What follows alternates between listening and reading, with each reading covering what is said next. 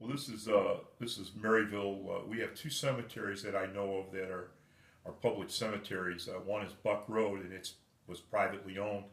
And Fairland Cemetery was when we were incorporated in 1902. The village fathers back there, this was their cemetery. They bought 4 acres of ground, and it became our village cemetery. And a lot of our history is buried there, and of course it's significant to us, and we want to make sure it's maintained. And we're going to try to find out all we can about who may or may not be there. So it's just a project, and we just want to make sure it's kept like it is now, and we hope to make it even better.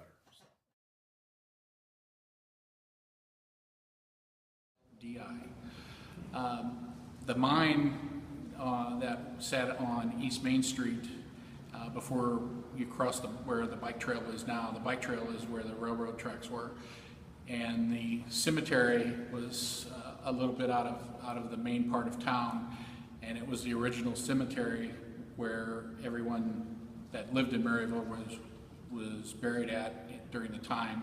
At least it's the description I was given from my grandparents.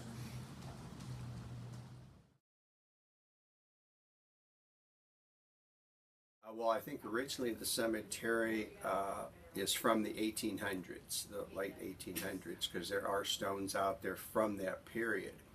So it's actually the only cemetery within the corporate limits of Maryville, which is very important, I would say, to all the residents, especially that have been here for a long time and that have parents and grandparents there, ancestors. So that part, I think, is very important, that they do finally get everything straightened out.